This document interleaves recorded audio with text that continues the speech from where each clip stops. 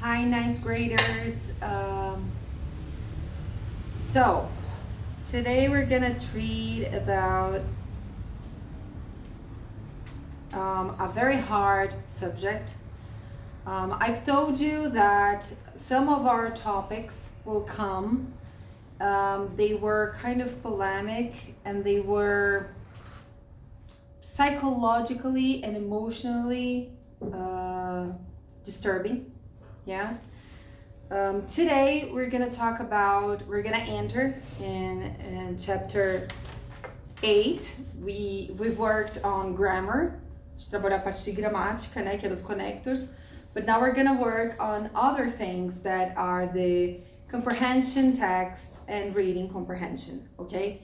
So the topic today, as you can see, is about eating disorder, okay? So I've done a board here talking about eating disorders, tudo bem? Nós temos aqui o nome da primeira eating disorder, que é um problema alimentício que a gente tem, né? Um problema alimentar chamado binge.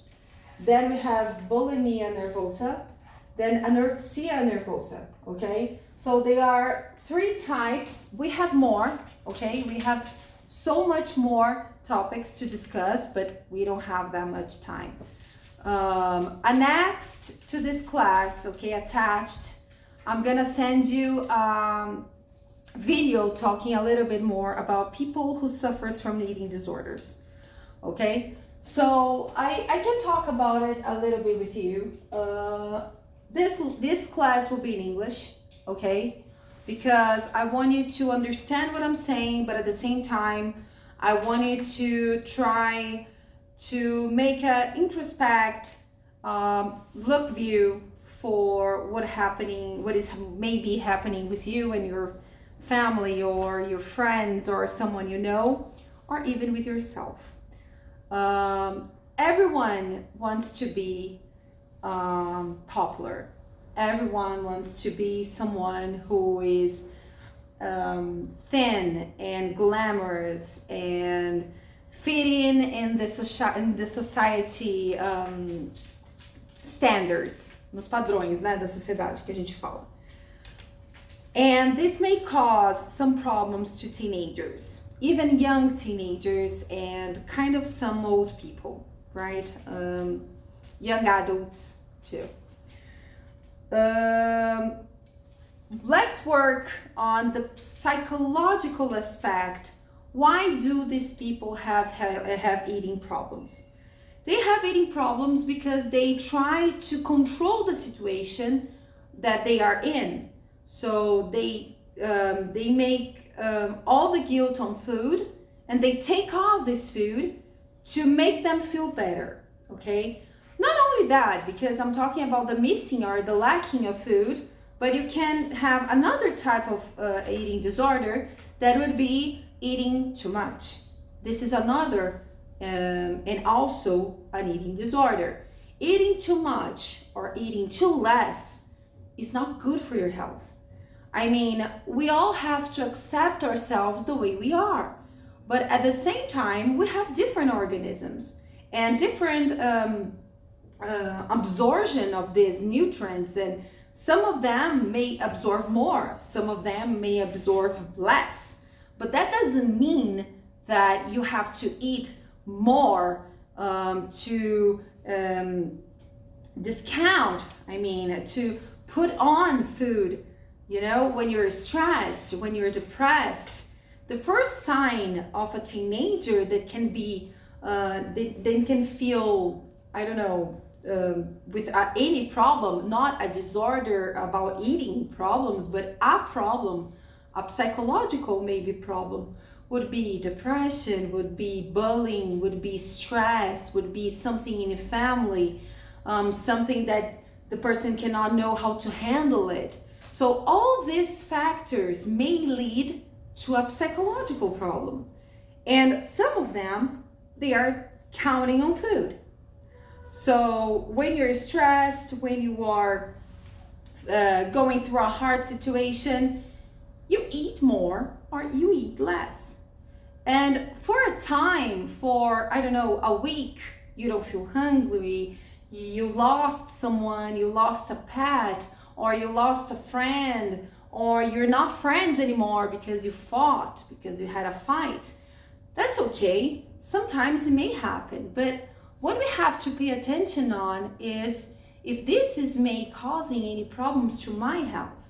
If this continues on moving on, needs treatment because it is a disease, okay? So what teacher is saying is that we have to be careful with standards, with what society wants. We have to look what we want. We have to love ourselves. You're beautiful in the way you are. You don't have to be thin to be beautiful. You don't have to be fat to be beautiful. You don't have to have straight hair to be beautiful. You don't need to be blonde to be beautiful. You don't have to be white to be beautiful. You don't have to be black to be beautiful. You don't have to be anything. You're beautiful the way you are. So today we're gonna work on this kind of problems, symptomatic problems that the book brings us. Yes, because this is all about the book.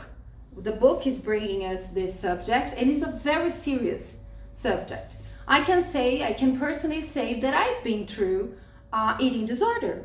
Myself ate a lot, and I ate uncontrollably, and that brought me a very high gaining weight, and I had to control that with a surgery.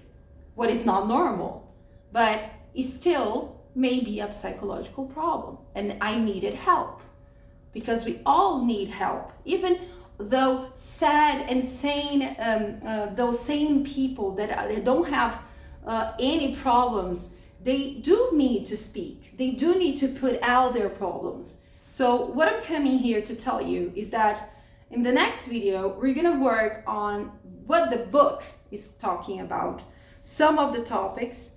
I wanted to make this first video as an introduction for you to understand how serious this subject is, because it is serious. If you don't take it seriously, if you don't take your stress or depression seriously, it can bring you a lot of problems. Nervosism, anxiety, that can bring and make a chain, para quem não sabe é cadeia, okay? Make a chain of other problems. And they all can be figured out if you just talk to your mom, talk to your dad, make them close, talk to your grandparents, talk to someone you trust, to your teachers if you want to. But don't make this serious on the point that you have to hurt yourself physically, emotionally, because sometimes emotions, they can hurt us outside. Putting to misery, putting to them pain, feeling pain inside makes you feel hurt outside. Okay, so this is a very serious subject. You know that I would bring this in class the way I'm doing now, but I need you to just keep an open mind when you watch this video, and in the next videos that I'm gonna send you, because I'm gonna send you several videos about some girls that have been through this process, and you may recognize someone that is being through this situation, and you may help, or you may help yourself. So keep an open mind, okay?